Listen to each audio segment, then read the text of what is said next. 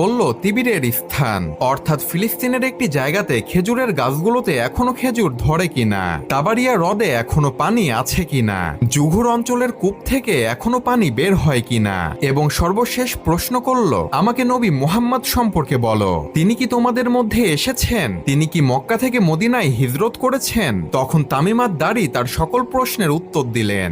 এরপর সেই বিশাল দেহের ব্যক্তিটি বলল, তোমাদের উচিত নবী মুহাম্মদকে মেনে নেওয়া, এতেই তোমাদের কল্যাণ রয়েছে। এরপর সে ব্যক্তিটি তার নিজের পরিচয় দিল। সে বলল, আমি হলাম দাজ্জাল, আমি এখান থেকে বের হবার অনুমতি পেলেই পুরো পৃথিবী 40 দিনে ভ্রমণ করব, তবে আমি মক্কা ও মদিনায় প্রবেশ করতে পারবো না। আর এই সম্পূর্ণ ঘটনাটি তামিমাত দাড়ি নবী সাল্লাল্লাহু আলাইহি ওয়াসাল্লামকে এসে বলেন এবং তিনি খ্রিস্টান ধর্ম থেকে ইসলাম ধর্ম গ্রহণ করেন।